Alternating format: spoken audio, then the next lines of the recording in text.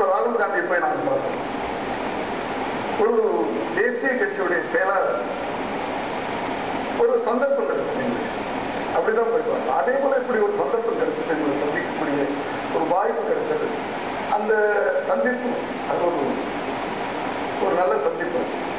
அந்த மனசுல முகத்தோடு அவங்க எங்களை எங்களுக்கு வர அவ்வளவு நேரம் எங்கிட்ட நாட்டுடைய நிலைமைகளையும் அரசியல் நிலவரங்களை பற்றி பேசுனது ஒரு நல்ல விஷயம்.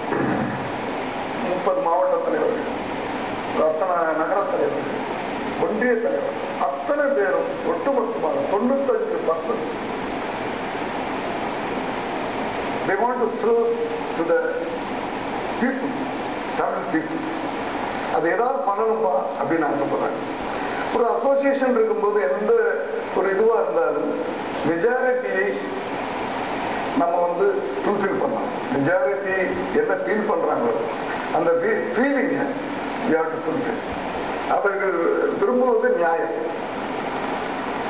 அந்த நியாயமான வேண்டுகோளை நாங்கள் வேற விதம், அதுக்காகத்தான் நான் மக்கள் இயக்கத்தின் மூலமாக ஏதாவது செய்ய முடியுமா அப்படின்னு விஜய் சிந்திச்சுட்டு இருக்கிறார். ஏன்னா அவருடைய எண்ணம் நான் அவருடைய தொண்டர்களுக்கு 15 வருஷமா கஷ்டப்பட்டு இருக்க தொண்டர்களுக்கு ஏதாவது பண்ணணும், அவர்கள் மூலமாக தமிழ்நாட்டுக்கும் தமிழ் மக்களுக்கும் ஏதாவது செய்யணும்னு ஆசைப்பட்டு இருக்காரு. அதை அரசியலுக்கு வராம மக்கள் இயக்கத்தின் மூலமாக ஏதாவது செய்ய முடியுமா, அது ஏன் மூலமா செய்ய முடியுமா அப்படின்னு சிந்திச்சுட்டு இருக்காரு. சமீபத்தில் திமுகவில் இணைந்த நடிகர் குஷ்புவோடும் நடிகர் விஜய் அதிமுகவிற்கு ஆதரவிற்கக்கூடிய வாய்ப்பு குறித்து கேட்டபோது எதிர்கட்சியின் வியூகம் சரியானதில்லை என்று தெரிவித்தார். நடிகை விஜயை முன்னிறுத்தி வாக்குகளை பெற நினைப்பது தவறான கணக்காகவே முடியும் என்றும் அவர் கூறினார்.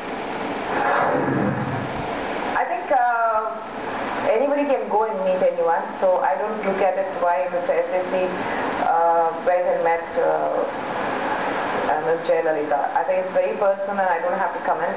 It's a free country, anybody can go and meet anybody. As for Vijay getting into politics, again I say it's a free country. People who think they can do good for the society, they can jump into politics. How well Vijay might survive if he stands a solo is my question.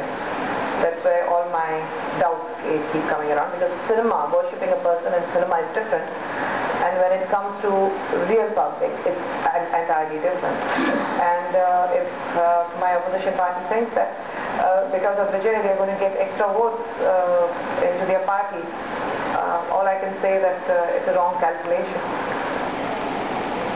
தங்களுக்கு ஏற்பட்ட நஷ்டத்தை ஈடுகட்டாவிட்டால் இனி நடிகர் விஜய் நடித்த படங்களை திரையிடுவதில்லை என்று கடந்த மே மாதம் முடிவெடுத்தனர் தமிழகம் முழுவதும் உள்ள திரையரங்கு உரிமையாளர்கள்.